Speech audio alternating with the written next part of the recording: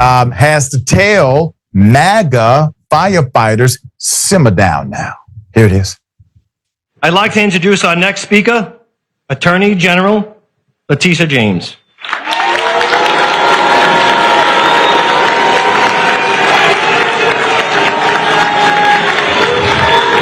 Oh, come on, we're in a house of God. First, simmer down. Thank you. Thank you. Thank you for getting it out of your system. First, I want to recognize Reverend A.R. Bernard in his absence. I want to recognize Monsignor Jamie, and it also is an honor and a privilege to be here today as we swear in Reverend Pam Holmes Saxton as chaplain of the FDNY.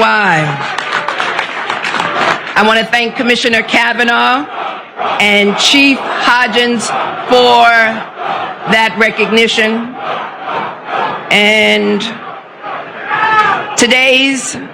today we are making history, swearing in our first African-American woman chaplain of FDNY. Oh, they have no class. Put up the picture full mass. You see, for many years, we have allowed, and I say we in the context of Black folk in the Christian church, we have allowed politicians to come to our churches who were adversarial to our progress. I can name a few ceremonies that are quite famous. And we do that, or we have done that historically, because we were taught it's the courteous thing to do. That our differences can be put aside for at least a common cause known as faith. Well, that day has never been inside of white evangelical churches. They would never invite a liberal, a progressive to grace their pulpit. But we, on the other hand, we have done that many times, attempting to forge a relationship to create change. New York Attorney General Letitia James, however, during remarks at a promotion ceremony for the fire department of New York, was interrupted by jeers and chants in support of Donald Trump. Numerous crowd members applauded and booed as she was introduced, and when she honored the swearing in of Reverend Pamela Holmes, the FDNY's first Black female chaplain. That made them mad too, by the way, obviously. That some broke out into cheers while others started chanting, Trump, Trump, Trump. FDNY Chief John Hodgins, in a statement to Newsweek after the ceremony, said, quote, "Today's ceremony was about one thing, the accomplishments of the members being promoted. The members whose behavior distracted from that celebration were an embarrassment and not befitting of the world's best fire department." All right, end quote. Good comment, Chief. James filed a civil lawsuit last year against Donald Trump and his eldest son for what? Illegally inflating Trump's net worth and his various assets and properties. That's not illegal. It's not illegal to do. That's not illegal to flex. It's illegal to flex in order to get more money from somebody. Now that's fraud. So he lies about his actual assets and income in order to gain access to more capital. Illegal. Everyone knows this.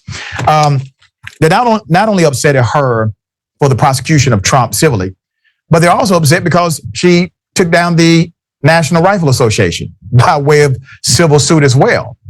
Gutted them. They're basically non-existent there.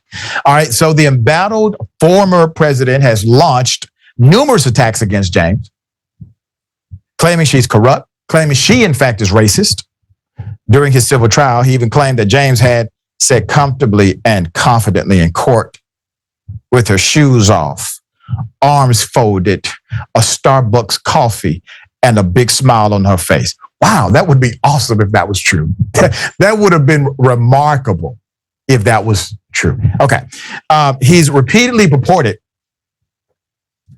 He's repeatedly purported that James' lawsuit, alongside the multiple criminal indictments he faces in other states, is part of a witch hunt orchestrated by Democrats. I wish Democrats were that coordinated. They are not. All right, I guarantee you there is no mastermind behind this.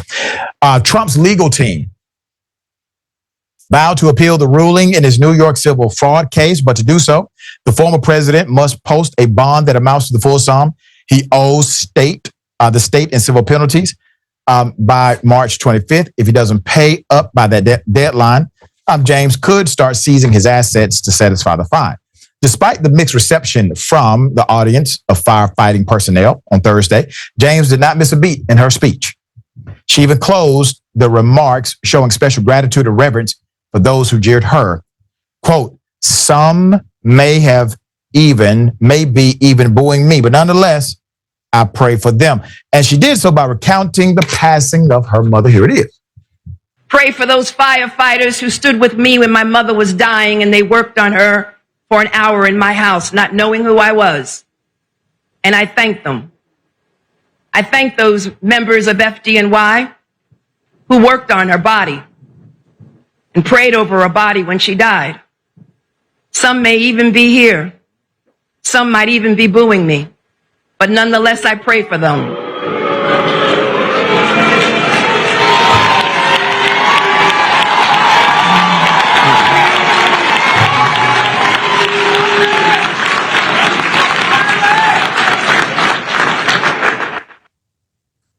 I had the pleasure of interviewing Attorney General Letitia James a few years ago, and this was during the presidency of Donald Trump.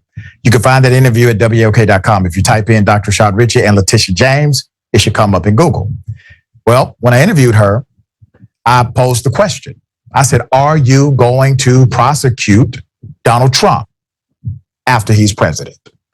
And she made it very clear that if her investigation finds that he did, in fact, inflate his income in order to obtain special treatment in way of loan guarantees, well, that's a crime. Her office would move forward appropriately. Well, that's on record. She said it during the interview. And she did it after he was no longer president. A woman of her word.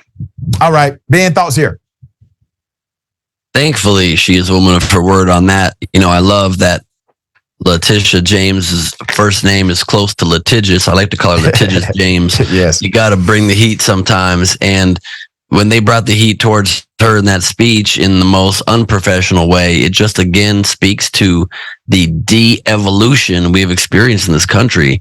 I mean, this is a state law enforcement agency. You know, this is a fire department. So I guess not law enforcement, but they're there to help their civil servants. And they normally would refrain from politics and political discourse in any sort of public forum. Yet Trump has broken that. He's broken the norms, the decorum, and the brains of so much of our society.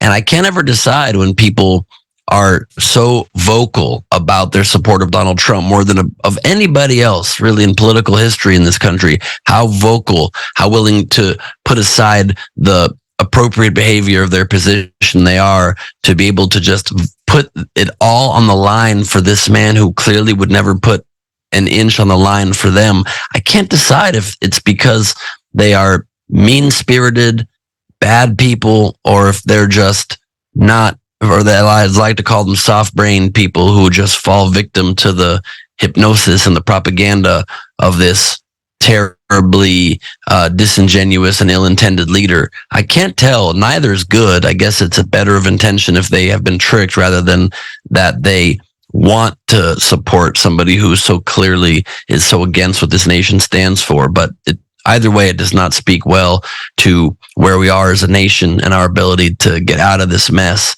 I don't know how we do it. I guess it comes through electing better leaders and publicly rejecting these malintended forces that we keep having thrust upon us, but remains to be seen how this shakes down in the future. Yeah. At the end of the day, this is about the determination of your human will. That's what it's about. If you ever believe that they are stronger than you, they are. If you hold on to the fact that you are stronger than them, you are. That's how it works.